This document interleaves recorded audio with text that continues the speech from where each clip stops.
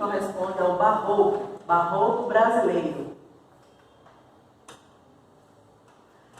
Essa tela acaba mostrando, sintetizando bem o que vem a ser a estética barroca. A gente tem a estética que marcou profundamente o espírito humano. Essa é uma tela muito famosa, de El Greco, que é o enterro do Conde Orgaz. Nessa tela, nós temos aí a visão, o céu e a terra. São duas cenas distintas, mas não estão separadas. Nós temos aqui o enterro do Conde Orgaz em um primeiro plano, ele e as pessoas que estão ao seu lado, só que curiando, prestando atenção. E aqui em cima, no segundo plano, nós temos o lado espiritual, nós temos a Virgem, nós temos Jesus Cristo. Ele tem um efeito muito dramático, se nós prestarmos atenção à afeição das pessoas durante esse acontecimento, nós vamos perceber que há uma dramaticidade muito grande. E o que ele mostra? O que ele nos traz? Aqui duas coisas muito importantes. Uma é a desmaterialização e a espiritualização. Visto que aqui, nesse segundo plano, do plano espiritual, já está recebendo o corpo do conde. Nós temos essa estética como uma estética que acaba sintetizando muito a estética barroca. Porque a estética barroca é uma estética barroca que acaba sendo sequência ao quinhentismo. Ela acaba coincidindo, vindo depois de um movimento muito importante da nossa literatura, que é chamado de Renascimento. A gente sabe que no Renascimento houve uma revolução muito grande em diversas áreas, diversos campos, que diz o que respeito da raça humana. Entre eles, acabou trabalhando o nosso lado religioso e o nosso lado espiritual. Nós sabemos que durante a troca, a transição do trovadorismo para o humanismo, chegar ao Renascimento, houve um processo de uma troca na religiosidade, na fé, a fé católica. A fé católica acabou perdendo espaço e dando espaço aí agora à razão. Isso acabou mexendo demais com o ideário humano e chegou a um ponto em que o homem está muito perturbado, ele está muito confuso, ele não sabe a quem ele deve seguir, ele não sabe o que ele está vivendo. A gente tem a arte barroca como uma estética muito importante, uma das mais importantes que nós temos aí dentro da literatura, porque ela acaba trabalhando em diversas áreas. Seja na literatura, na arquitetura, na escultura, na música. A gente tem aqui o nome barroco, é um nome que deriva lá de uma pedra irregular. Essa irregularidade é justamente para poder propor. Se a gente tinha na estética, lá na época do Renascimento, um equilíbrio, uma busca pela perfeição, aqui no barroco nós vamos ter um total desequilíbrio, uma mistura das sensações. E isso vai acabar sendo bem retratado por essa pedrinha que tem um formato irregular que vai mostrar esse desequilíbrio. O movimento barroco teve início na Itália, no final do século XVI e também início do século XVII. A partir daí, ele se difundiu por todos os países da Europa, chegando às colônias, inclusive aqui no nosso Brasil. Para a gente poder entender o porquê que o homem convivia e por que ele vivia nesse conflito, nessa dificuldade de poder entender a sua existência, a gente precisa considerar o contexto. O que estava acontecendo naquela época que acabou desencadeando aí o barroco. Nós temos uma forte influência do Renascimento, como eu acabei de dizer. A gente tinha o quê? De um lado, tinha a fé.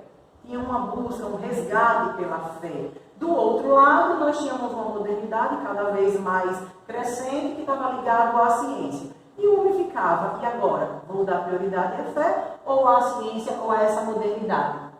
Nas pinturas, nós vamos ter um misto, uma influência tanto medieval quanto renascentista. Nós vamos ter uma mistura muito grande de luz e sombra. Na literatura, vamos ter pensamentos racionais quanto irracionais. E essas imagens, elas vão trazer muito as divindades como formas humanas, dessa mistura entre homem e Deus, fé e razão. A gente vai ter um culto ao contraste. Esse contraste é muito forte, que acaba caracterizando, sintetizando toda a estética barroca, que para alguns críticos literários, trazem a estética barroca como a estética da dualidade, a estética do contraste, a estética da oposição. E justamente a oposição entre a fé e a razão, o homem e Deus. Nós vamos ter uma coisa que vai desencadear, que vai influenciar demais, que é o pessimismo, porque tem um conflito muito grande entre o eu e o mundo. Se o homem acabou se desgarrando da fé católica, de tudo aquilo que a Igreja Católica pregava, e ele tentou andar com as suas próprias pernas, mas a gente sabe que ele não conseguiu, isso acabou mexendo com o ideário dele. Martinho Lutero promoveu uma reforma protestante para poder solucionar alguns problemas naquela época, mas também ele falhou. E a fé católica, a Igreja Católica não aceitou, ela tentou trazer isso de volta a partir de quê? Houve uma reunião que perdurou por alguns anos, que foi o Concílio de Trento. Nesse Concílio de Trento, eles afirmaram um acordo para poder trazer, resgatar todos esses fiéis, e houve um processo de contra-reforma. Essa contra-reforma vai agir contra as pregações de Martinho Lutero. Tudo isso vai acabar culminando na estética barroca. O barroco é uma representação de todo esse processo de deixar a religião, voltar à religião, em quem eu vou acreditar, em uma ou na outra. E você pense como isso acabou mexendo no ideário do ser humano naquela época. A partir daí, desse pessimismo, nós vamos encontrar alguns atributos que vão relatar o sofrimento do ser humano. O ser humano está sofrendo demais, vai apresentar aqui muita miséria, muita dor. Vai surgir um nomezinho chamado de Carpe Diem, uma ideologia que é você aproveitar o dia de hoje, porque eles se preocupam muito com a fugacidade do tempo. Eles não sabem qual vai ser a existência dele amanhã. Então ele começa a se preocupar com o hoje. A linguagem era riquíssima, com o uso de uma característica que nós chamamos de cultismo. Esse cultismo era nada mais, nada menos que uma forma rebuscada de falar, usando palavras eruditas, muito mais difíceis, uma inversão sintática, várias figuras de linguagens. E o vocabulário que tinha a aproximação desses opostos. Nós tínhamos também uma outra forma de expressão, chamada de conceptismo. No conceptismo, nós vamos ter agora um certo ataque ao cultismo, que o cultismo acabava ficando difícil. No conceptismo, nós precisávamos ser pessoas mais concisas, mais diretas, mais lógicas, e ele vai trabalhar muito com uma construção intelectualizada e redigido na prosa. Aqui nós temos uma comparaçãozinha do Renascimento, quais eram as características que nós tínhamos no Renascimento, que acabou dando lugar a uma nova estética barroca, que uma é totalmente o contrário da outra. O barroco no Brasil, quando é que o barroco começa lá no Brasil? O que é que ele tem? No século XVIII, permearam as ideias iluministas e o pensamento racionalista e antropocêntrico, naquilo que o homem é a razão de tudo. É ele quem vai estar no centro de tudo. A economia estava baseada no ouro branco, naquela época o açúcar, desenvolvido no Nordeste brasileiro. E por essa razão é onde a gente vai encontrar os maiores escritores do barroco. As construções, elas não seguiam padrões geométricos e muito menos simétricos, porque isso nós tínhamos lá no Renascimento. Agora as edificações barrocas são imensas, belíssimas, cheias, ricas em detalhes, além dos desenhos de suas curvas. O Brasil conta com uma gama de templos dessa época da literatura. Entre esses templos muito importantes, nós temos a Igreja de São Francisco, tanto em João Pessoa quanto em Salvador, Bahia.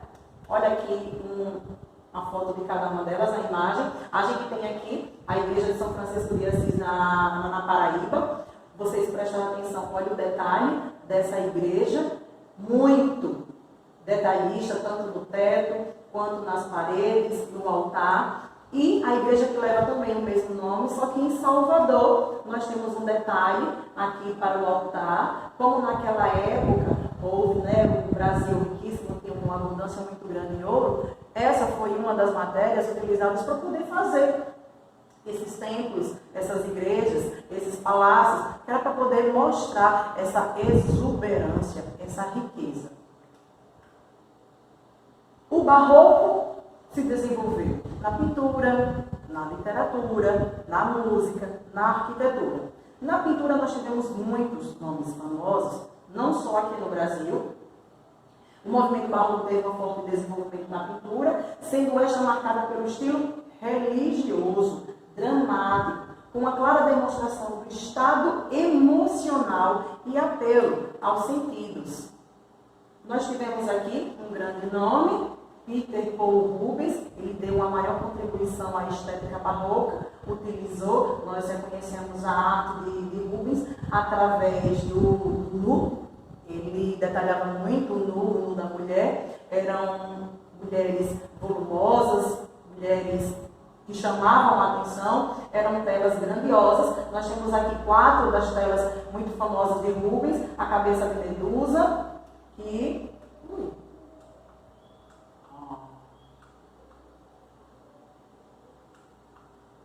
Já pega um bicho diferente.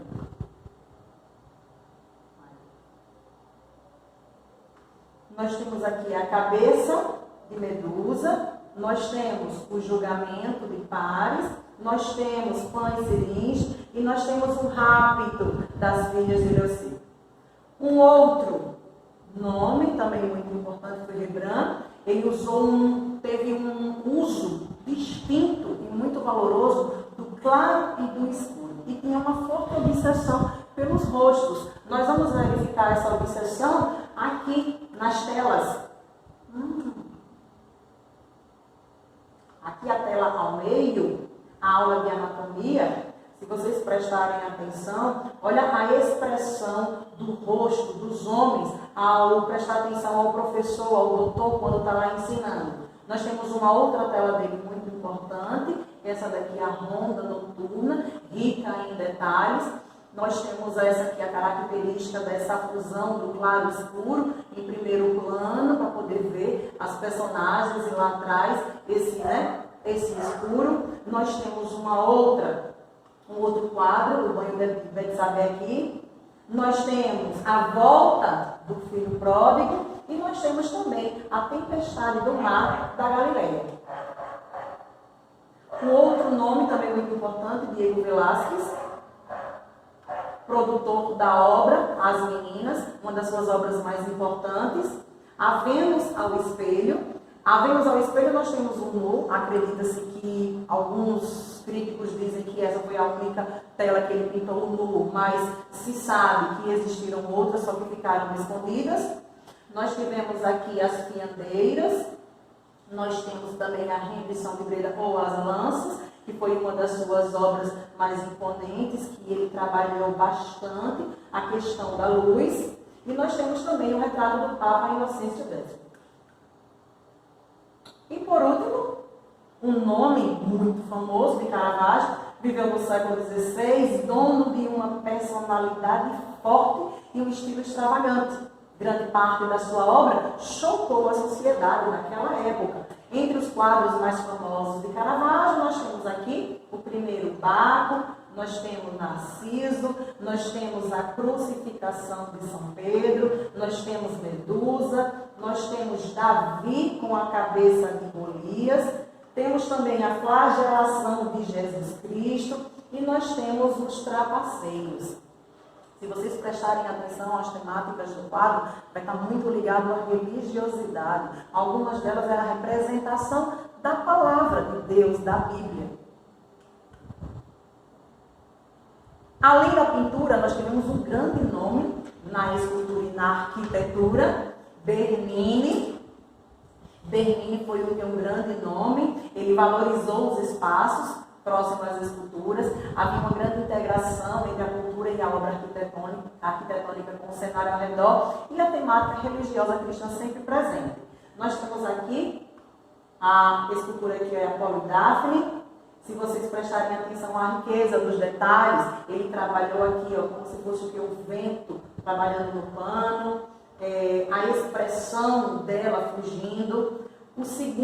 A segunda obra, o Rapto de Proserpina, aqui nós temos onde ele acabou alcançando uma genialidade muito grande. Se vocês prestarem atenção, olha as mãos dele aqui ao pegar, que dá uma certa vivacidade, é como se a gente estivesse realmente vendo a pessoa.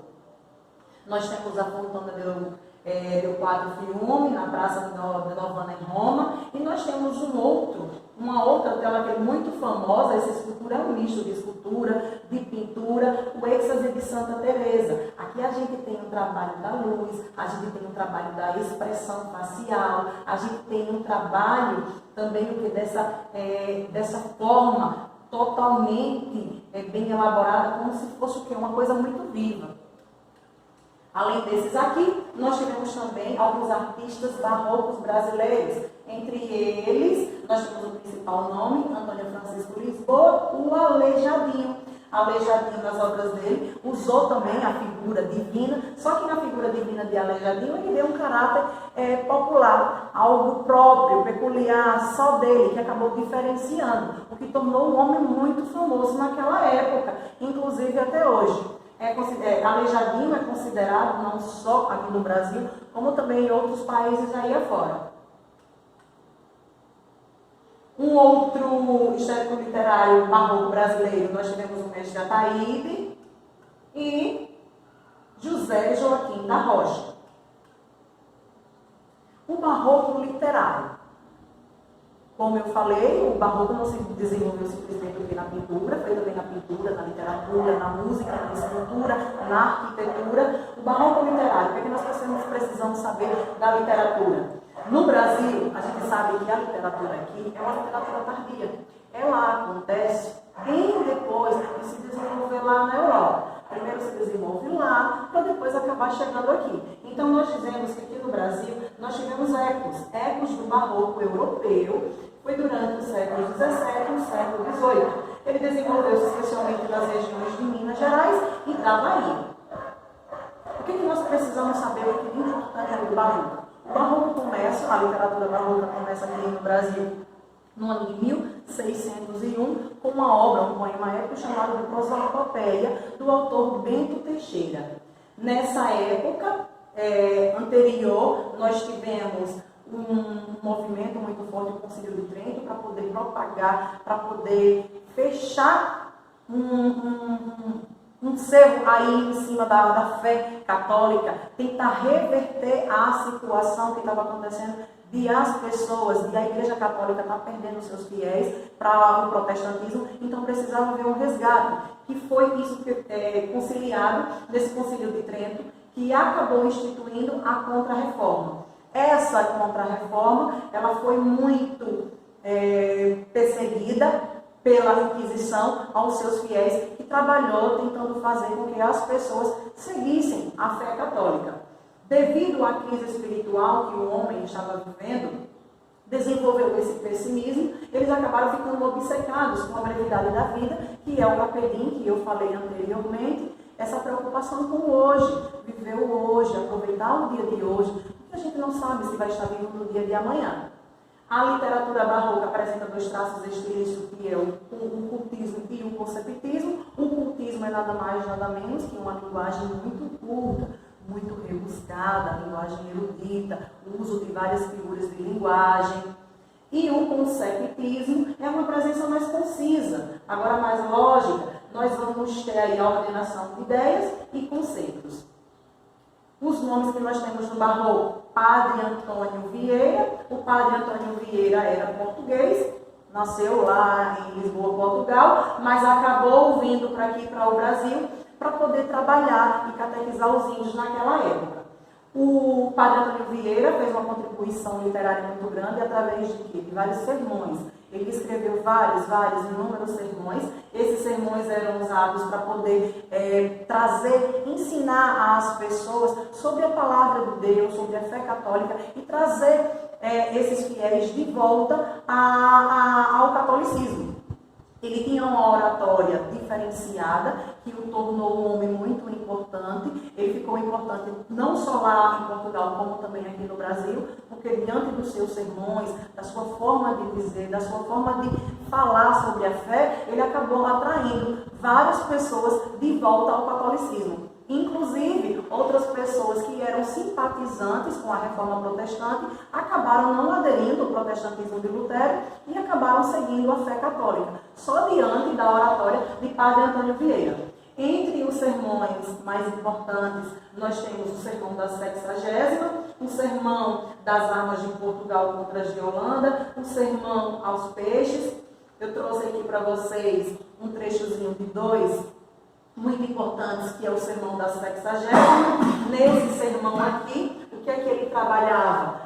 A forma de trazer esse fiel de volta. Ele dizia onde é que estava o erro, onde é que estava a falha de as pessoas deixarem o catolicismo e seguirem uma outra religião. Ele atribuía esses erros simplesmente ali ao pregador, e ele acabou mostrando isso nesse sermão da Sexagésima.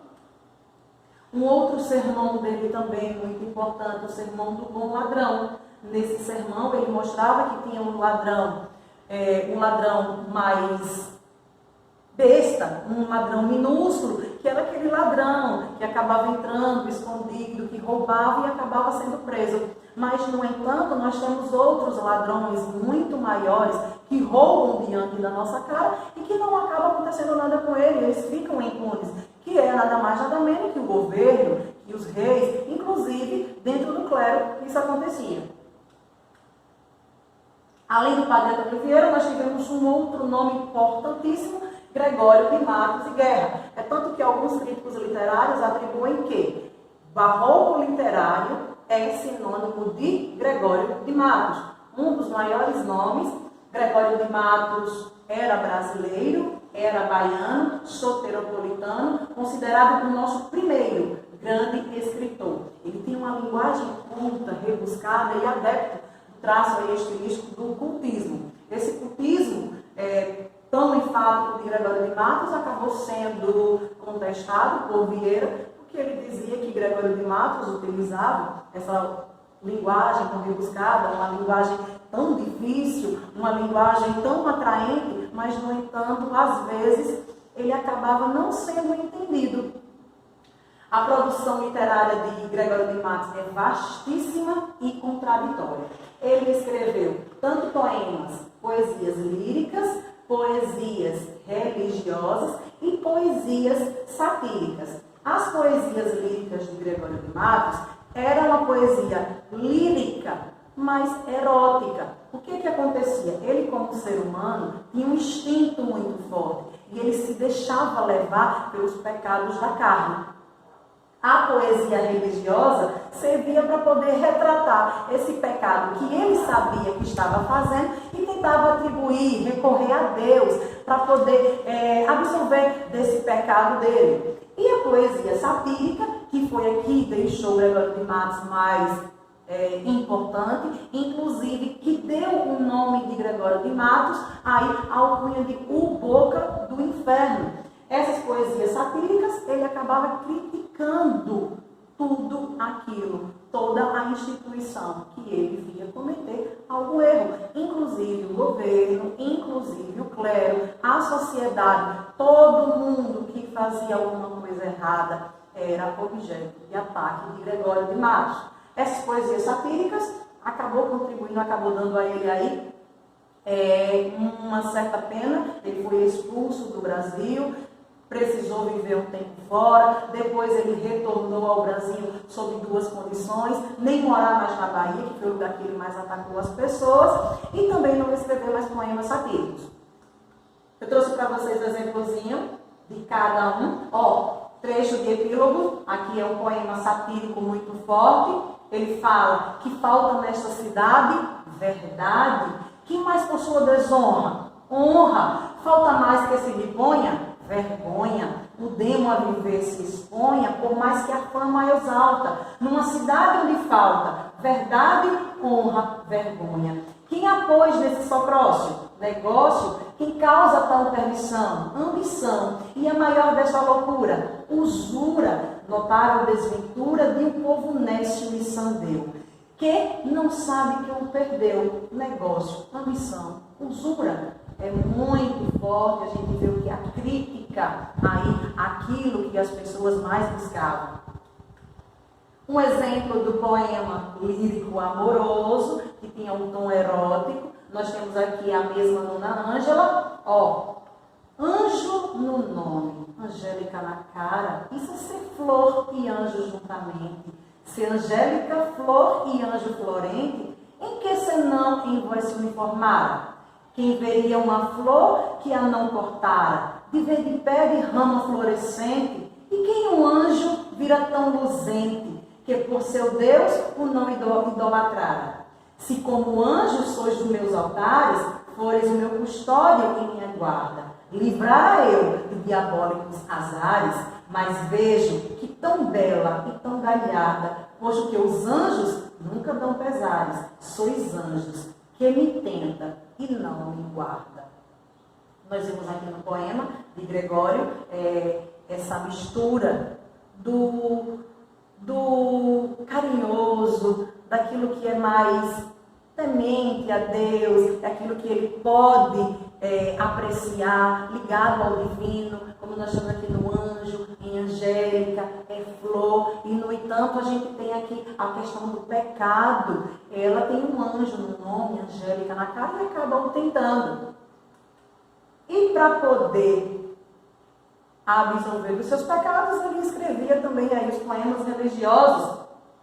Nós temos aqui a Jesus Cristo nosso Senhor, que ele fala: pequei, Senhor, mas não porque hei pecado, da vossa alta clemência me despido, antes quanto mais tenho deliquido, vos tenho a perdoar, mas empenhado, se basta vos irar tanto pecado, a abrandar-vos sobeja um só gemido, que a mesma culpa que vos há ofendido, vos tem para o perdão lisonjeado. Se uma ovelha perdida já cobrada, glória tal e prazer tão repentino, vos deu como afirmais na sacra história, eu sou o Senhor, a ovelha desgarrada, cobrai-a e não querais, pastor divino, perder na vossa ovelha a vossa glória. Ele acaba aceitando a sua alma pecaminosa que se entrega aos desejos da carne, mas ele pede a Deus, ele pede ao Senhor Jesus Cristo que o absolva. Como é que o barroco cai no Enem? Aqui a gente tem uma obra que acaba mostrando aqui o trabalho de Aleijadinho, a escultura no Brasil. Nós temos essa escultura que nós temos aqui, se prestarem atenção, ele tem o que é algo que é divino, está ligado à religião. O enunciado: com contornos assimétricos, riqueza de detalhes nas vestes e nas feições. A escultura barroca no Brasil tem forte influência do rococó europeu. Está representada aqui por um dos profetas do pátio do Santuário do Bom Jesus de Matozinhos, em Congonhas, Minas Gerais. Esculpida em pedra sabão por Aleijadinho, profundamente religiosa, sua obra revela. O que essa obra nos revela? Considerando que é uma obra de Aleijadinho. Ela nos dá liberdade, representando a vida dos mineiros à procura da salvação. A alternativa errada, que nós sabemos que isso aqui ele acaba retratando, é o religioso, é o divino. Credibilidade, atendendo a encomendas dos nobres de Minas Gerais. Também a alternativa errada, porque não está ligado que é os nobres de Minas Gerais. Simplicidade, demonstrando compromisso com a contemplação do divino. Nós temos uma simplicidade, ele acaba contemplando o que é o divino. Personalidade, modelando uma imagem sacra, confeições populares. Aqui nós temos a resposta certa, que dá uma peculiaridade às obras de Aleijadinho, que ele é único, ele acabou sendo conhecido em muitos lugares aí do mundo, justamente por poder aliar aí a figura divina, mas com as feições populares. A letra E, singularidade esculpindo personalidades do reinado nas obras divinas. A gente não tem a questão do reinado, porque Aleijadinho ele trazia muito aí a questão popular.